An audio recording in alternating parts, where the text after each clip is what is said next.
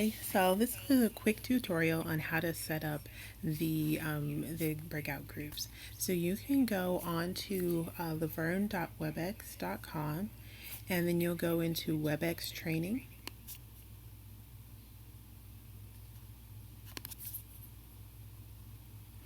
And once you get in there, you can schedule a training and set up your whatever you're going to set up. And just in case I have to sign in, I'll do a really quick password there. And then you set up all the things you need. I don't have things automatically delete after the session ends, just in case, because I forget to push record a lot. And I always allow WebEx audio so people can listen through their computers if they want to. I do take the beep off, just because I don't like to hear beeps all while I'm training. And you can go ahead and set the day and time and all of that stuff here. You probably already know it, but I want to make sure I don't miss it by scrolling down. So I'll just kind of walk you through all the little pieces here. Determine how early they can get in. And then also if you want to do recurring sessions, I do recurring sessions, but then I have it where they have to register for each session that they come into. And you can set the duration. It won't kick people out afterwards, so you're fine there. You can customize your form if you want to, do whatever works best for you.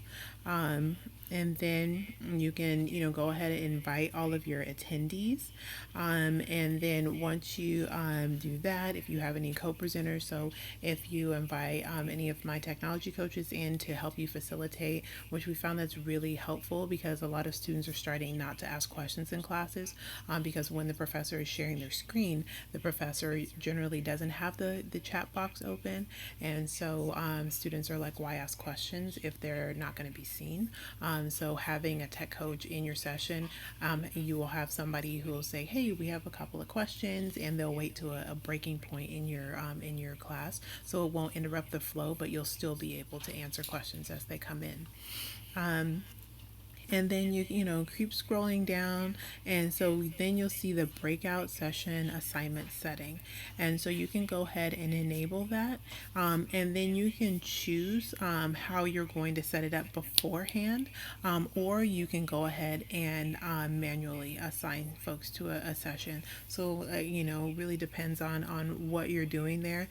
Sometimes I go ahead and set up, I'm just going to automatically set up 4 sessions, just in case. Especially when I know I have an activity that has about 4. I rarely set the number of folks in a breakout session, but sometimes when I do set it at about 3, because I know that I want everybody to talk, and that's usually the magic number for getting everybody to be actively involved in the session. So once you do that, and you go ahead and set everything up, and I'm actually going to go ahead and just start the session. So once you get into the meeting, you can go ahead and determine how you'll sign in. So I'll just sign in that way. And then you can go ahead into breakout rooms.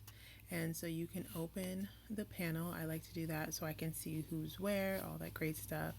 And then you can also start your breakout sessions. And oh no, just because I don't have anyone in here, I can't do it.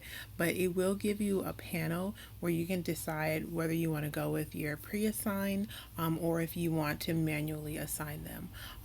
But if you go with a pre-assigned, which is what like I said, I generally do, you'll be able to see everyone down here, and then also you'll be able to jump back and forth into the different rooms, so you can check in on them, give them clarification, give them support, all of that great stuff, so they don't feel like you just sent them off somewhere and then you're gonna pull them back, hoping that they'll know everything. It's just a real great supportive thing that we could do for them. When you're ready to end your sessions, you see there's a button here that you can use to end. You can also go up to the top bar here to your breakout sessions, and you can end breakout sessions. You can ask everyone to return, give them a few minutes so they can finish up what they're doing, and then end breakout sessions. So it gives you a couple of options as regarding how you bring everyone back. And another thing I forgot to mention is that when you have everyone listed down here, you will have everyone's name listed, and then there'll be a little ball just like this one next to a person's name who would be the presenter. So if you want to make someone other than the person that was randomly assigned the ball the presenter, you can always drag that to the person that you prefer to be in charge. So if you have any questions about this or anything else, please don't hesitate to email, and thank you for touching base. It's been a while, so all right, take care.